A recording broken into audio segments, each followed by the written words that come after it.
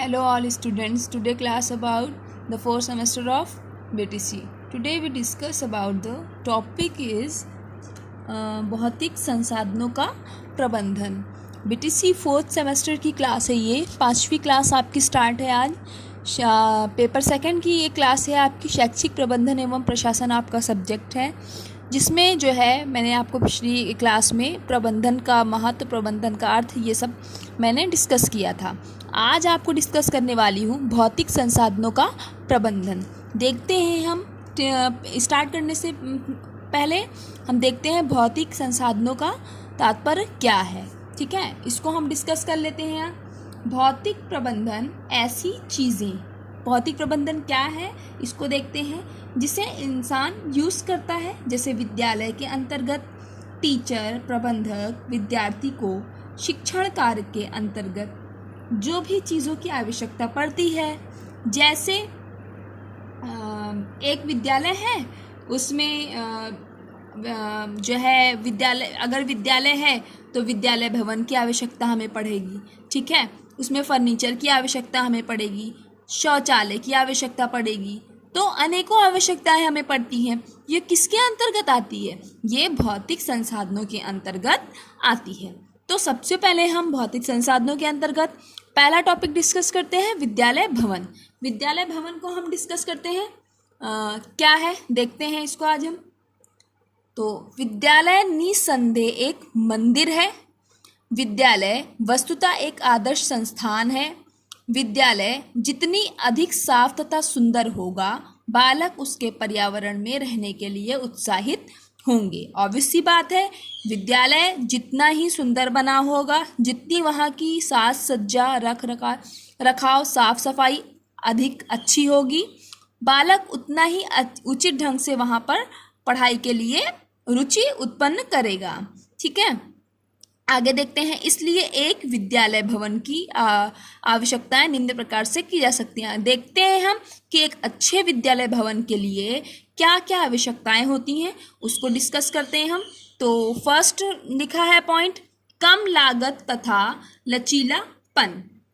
कम लागत में जो है विद्यालय हमारा आकर्षक बन जाए, उसकी भवन जो है अच्छा बने विद्यालय का, और उसमें जो है लचीलापन हो। विद्यालय क्षेत्र की सुरक्षा हो, वैज्ञानिक ढंग से बनावट हो।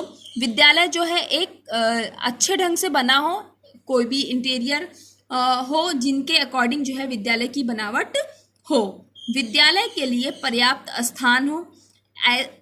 विद्यालय अगर भवन कहीं भी बन रहा है तो उसके लिए एक पर्याप्त स्थान होना चाहिए। विद्यालय की सजावट भी बहुत ही ज़्यादा इम्पॉर्टेंट रखती है।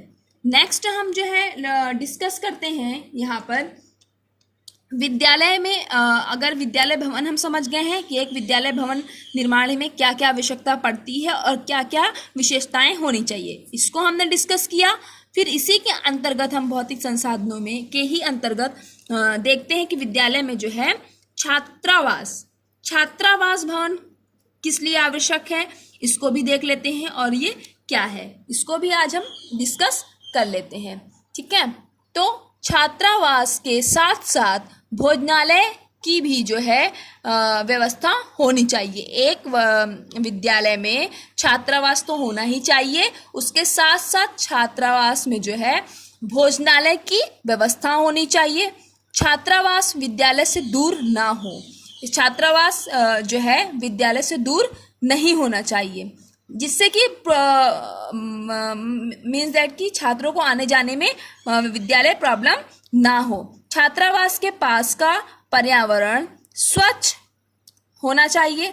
छात्रावास के जो आसपास का जो पर्यावरण है वो क्लीन होना चाहिए। फिर उसके बाद में है वार्डन का व्यवहार स्नेह युक्त व अभिभावक तुल्य हो, जिससे बालक को घर का अभाव महसूस ना हो। वहाँ का जो छात्रावास का वार्डन है, जो देख रेख बच्चों की कर रहा है, उसका व्यवहार कैसा होना चाहिए? स्नेह युक्त होना चाहिए। क्यों होना चाहिए? बिकॉज बच्चे दूर दूर से आए हुए रहते हैं, वो जो है अपने घर को छोड़कर रुके हुए रहते हैं शिक्षा ग्रहण करने के लिए। तो वहाँ का वार्डन का व्यवहार ऐसा हो जो उनके माता पिता की तरह हो, जिससे कि बच्चों को प्रॉब्लम महसूस ना हो। ठीक है, इसको हम अगर डिस्कस कर लिए हैं तो नेक्स्ट हम देखते हैं इसमें कि विद्यालय भवन के अंतर्गत छात्रावास तो हो गया। अब हम देखते हैं खेल का मैदान की क्यों आवश्यकता पड़ती है। विद्यालय परिसर में खेल के मैदान की व्यवस्था की जाती है जिससे छात्र अध्ययन के साथ खेल भी सकते हैं। एक विद्यालय भवन में खेल का मैदान होना अति आवश्यक होता है क्योंकि बिना खेल के मैदान के विद्यालय परिसर क्या होता है, अधूरा होता है। क्योंकि खेल का मैदान जो होता है वो प्राथमिक आवश्यकता होती है एक विद्यालय की। आप जान लीजिए कि खेल का मैदान जो होता है वो प्राथमिक आवश्यकता है। ठीक है, नेक्स्ट हम देखते हैं कि कक्ष का फर्नीचर। अब बात आती है हमारी फर्नीचर पर। ठीक है, कक्ष का फर्नीचर की क्या आवश्यकता है एक विद्यालय भवन में। ये सब सारे क्या है, भौतिक संसाधनों के अंतर्गत ही है, जिसको आज हम जो है डिस्कस कर रहे हैं। इसमें है आपका विद्यार्थियों के बैठने के लिए सीटें, कुर्सी व अलमारियां, बुलेटिन बोर्ड, कूड़ेदान आदि। विद्यार्थी को जो है बैठने के लिए डेस्क बेंच की व्यवस्था होनी चाहिए। डेस्क बेंच की व्यवस्था क्यों होनी चाहिए, इसलिए डेस्क बेंच की आवश्यकता होनी चाहिए कि बैठने की व्यवस्था उचित होने पर ही विद्यार्थी थकान देर से महसूस करता है कि नहीं, और जो है उसका अधिगम जो है वो उचित होता है। ठीक है, नेक्स्ट देखते हैं इसमें शैक्षिक उपकरण। शैक्षिक उपकरण में कह रहा है कि शिक्षक अपनी शिक्षण अधिगम प्रक्रिया को प्रभावशाली बनाने के लिए शैक्षिक सामग्री का प्रयोग करता है। शैक्षिक की आवश्यकता पड़ती है। टीचर जो है अपनी शैक्षिक सामग्री का प्रयोग इसलिए करता है क्योंकि वह अपनी शिक्षण अधिगम प्रक्रिया को प्रभावशाली बनाने के लिए उसका उपयोग करता है। जो शिक्षक जितना उचित शैक्षिक सामग्री का प्रयोग करता है वह उतना ही प्रभावशाली माना जाता है। ध्यान रखिएगा इसको। ठीक है, और शैक्षिक सामग्री का भी विशेष महत्व है। शैक्षणिक कार्य में जो है शैक्षिक सामग्री का विशेष महत्व है, जो इस प्रकार है। देख लेते हैं हम। श्यामपट्ट, चार्ट, मानचित्र और आकृतियां। ठीक है, तो आज के लिए इतना ही। Thank you class.